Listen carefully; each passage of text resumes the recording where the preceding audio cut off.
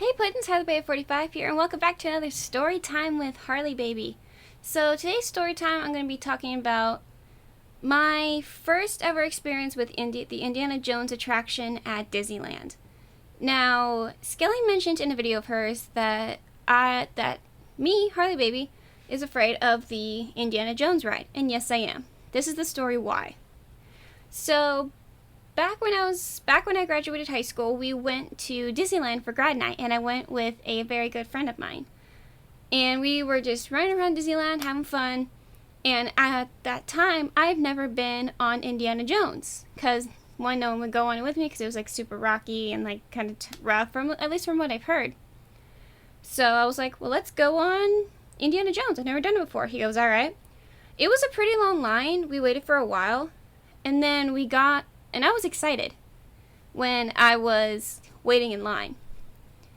And then we got on the ride. We went through the entire ride, and a lot of it was dark. A lot of it had like little like the skeletons like come at you, and it was a lot, and it scared the holy bejeebies out of me. Not to mention, if you've been on the Indiana Jones attraction in Disneyland, you know that giant snake that kind of goes like this way at you toward the end of the ride. Yeah, that is what scared me the most, and what still scares me the most. I can't leave my eyes open with that part. So after we got off the ride, I was terrified. It scared the holy hell out of me. It was just not a good time. So when I started going to Disneyland with Skelly, I did tell her, Indiana Jones does scare me, blah, blah, blah. She's like, well, we don't have to go on it if you don't want to. So I was like, okay. And then one day, I was like, I want to do it. She goes, are you sure? I'm like, I have you with me. I'm good. If I change my mind while we're in line, we can always leave. And I did okay. The first time, and it's like, I know that with time, I think I will start to enjoy Indiana Jones more and more and more.